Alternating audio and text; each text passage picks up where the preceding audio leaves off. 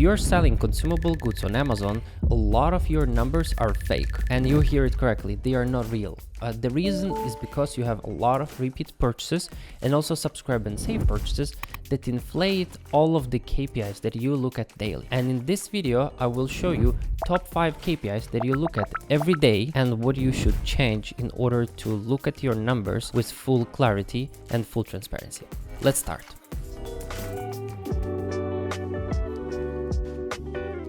Hi Amazon sellers, it's Damian. You're on My Real Profit channel. On this channel, I will teach you how to use data and turn it into profit. So make sure to subscribe, hit the like button, and let's go. So as I said, there are 5 metrics that I'm going to talk about today, and they are considered fake. Those metrics are total sales, conversion rate, customer loyalty dashboard on Amazon, organic sales and your tacos, and bonus one, your subscribe and save customer. So in total, it's even a bit 6, yeah, but let's call it 5. So you definitely take a look at your total sales every day. You definitely take a look at your conversion rate, not daily, but like every few days, yeah.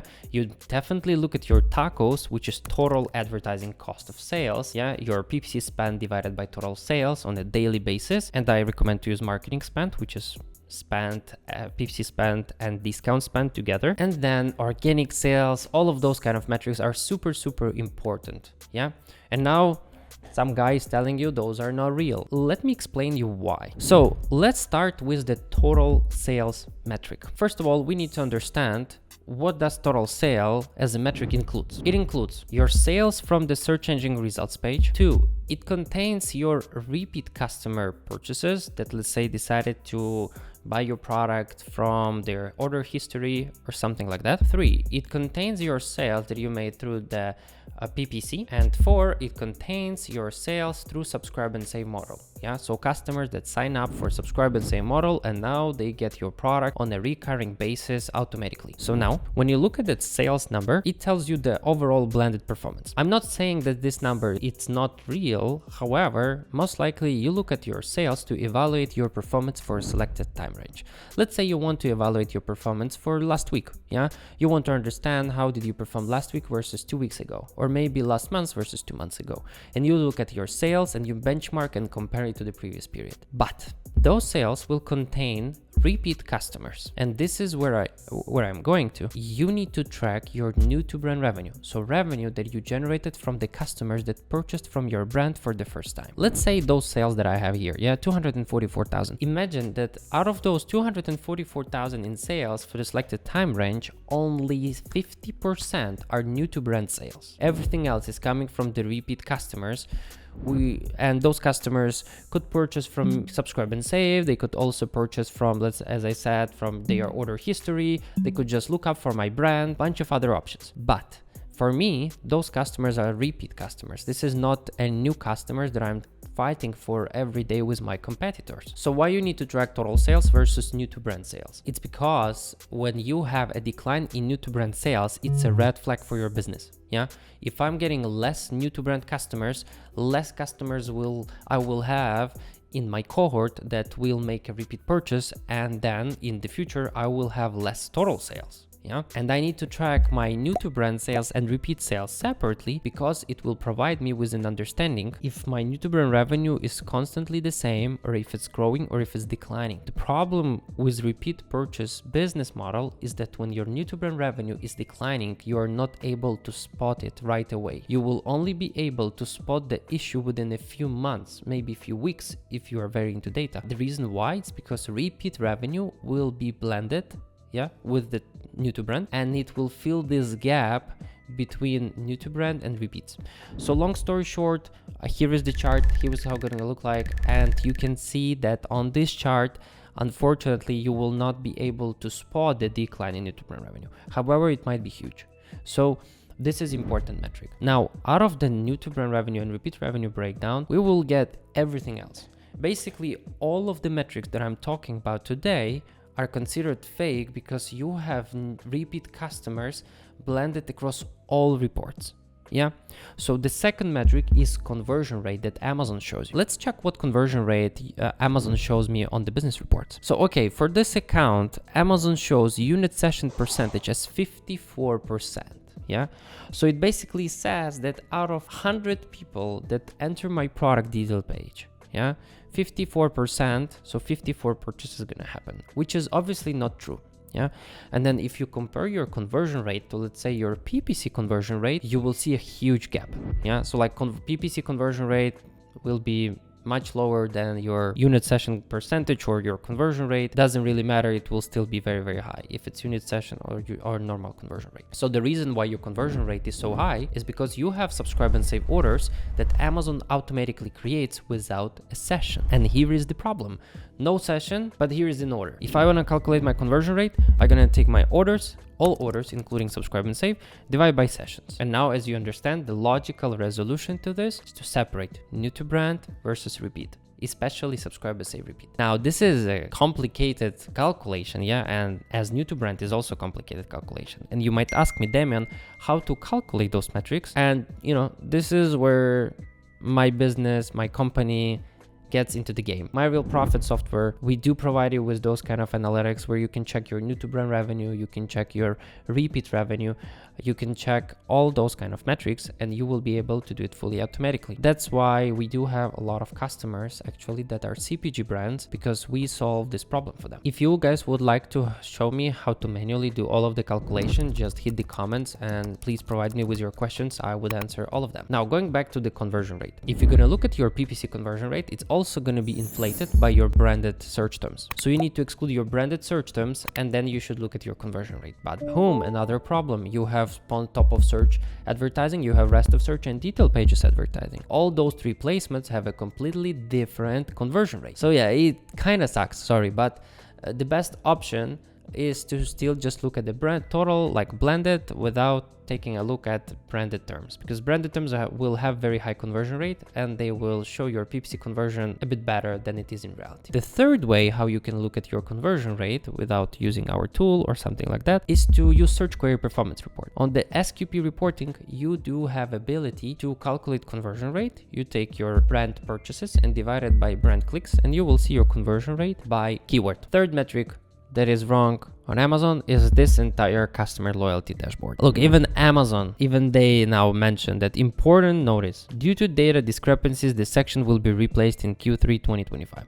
I will tell you why. Because what they did is they created this dashboard and now showing you how many new to brand customers you have and how many like repeat customers you have based off the time period that you have selected. Let me say I'm gonna take a year of the data. It will show me that 60% of my customers are repeat. If I will select 1 week of the data, it will only show me that 10% of my customers are repeat. The reason why is because it calculates repeat customers only with that small time range. The way how it should work is that you create a cohort of customers, which means a group of customers that have purchased from you for the first time. And for the first time, let's say in January 2024, then you need to track this customer group over over each month till today. And let's say customers that generated us, let's say $100,000 in revenue, as of today generated us $250,000 in revenue. Or let's say in units, they generated 1,000 units, and as of today, the same customer group already purchased in total 2,500 units, which means our customer lifetime value is 2.5 units.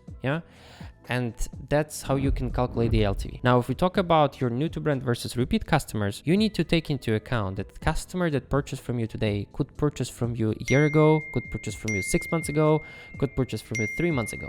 And if you select a very limited time range, this is where this data are going to be totally off. So the only option how to use customer loyalty dashboard is number one, to select an annual day range, which is still not going to be fully accurate. I mean, you can trust it like 60-70%, but not more, even less maybe, I don't know. Number two, don't use this report at all. Yeah, this data unfortunately is totally off. Let's see what they will show us in Q3 2025. I hope they will do this cohort data that I'm saying. Okay, let's go to the number 4, organic sales and tacos. As you are watching this video till this point, most likely you already know the answer. Okay, so as the issue is exactly the same, your repeat customers and your subscribe and save customers. Yeah, when you look at your organic sales, it will contain subscribe and save data, repeat customer data, and then your PPC sales most likely going to be new to brand customers. So if you compare your new to brand customers versus repeat customers, it will show you that your PPC is generating mostly new to brand customers, while organically you get most of the customers are repeat. The problem is that it just contains repeat customers and subscribe and save and so on and so on. So in order to have accurate organic sales and PPC sales, you need somehow to exclude subscribe and save. What I would personally do, I would exclude fully subscribe and save. I would also exclude all of the repeat customers. I will just keep new to brand, and then I will compare my new to brand versus my PPC. I know someone gonna argue with me. They will say that my PPC spend also generates repeat customers and that you can check your new to brand customers through PPC. However,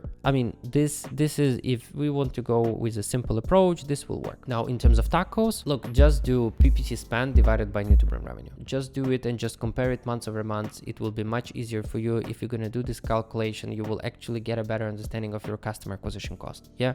Or switch even to the better approach from tacos, switch to customer acquisition cost, which is shortly called CAC, and it's about your PPC spend divided by new to brand customers. So how much money do I pay to acquire a customer? Because remember, guys, you don't acquire a purchase, you acquire a customer. You don't pay for the order, you pay for the customer that will interact with your brand. And then if they're gonna like your brand, they will go back to your company and purchase multiple times. And nowadays, a lot of companies don't even focus on making profit from the first purchase. They focus on making profit from the repeat purchases. And we will also deep dive into that. This is metric that you can use here. It's called lifetime profit. And we also gonna show this metric very, very soon. Last is subscribe and save customers. I mean, I would say this metric is most accurate metric out of all this list, and I personally utilize it quite a lot. And I'm talking about your total amount of your subscribers per product. Problem with that metric is that Amazon doesn't show you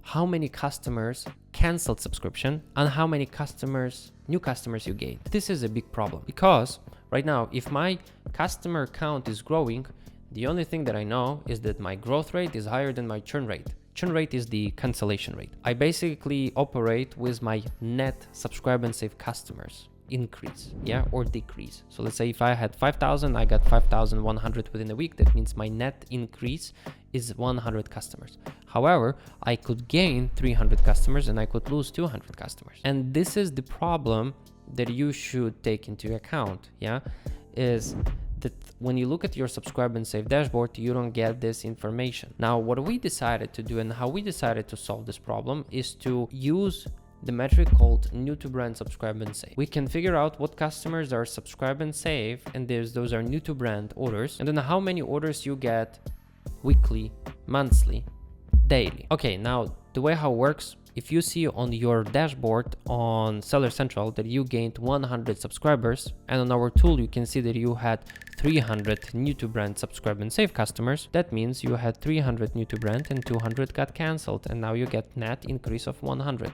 That's kind of how you can look at these numbers, but I think that's it. We covered all 5 cases, and guys, the best way how I can think of what kind of content can I create, because I have so much stuff in my head that I would love to share with you, is that you can write me in the comments and let me know what kind of information you would like me to talk about. I can share a lot about product launches. I can share a lot about how to create a really, really good content for your product, how to, let's say, use those new to brand, those subscribe and save metrics, let's say, to impact your decision. Because right now I just told you how to track those metrics. I mean, I didn't even say how to track them. I just said what kind of metrics are not real and what kind of metrics you should look for. But I can also tell you how to use those metrics to build a specific process in your business and also make decisions using those metrics. This is the biggest value. Look, I will post every week and you should see more and more new videos here. Make sure to subscribe to my channel, put a like, leave a comment. This will help me a lot. See you next week. Have a great day. Bye-bye.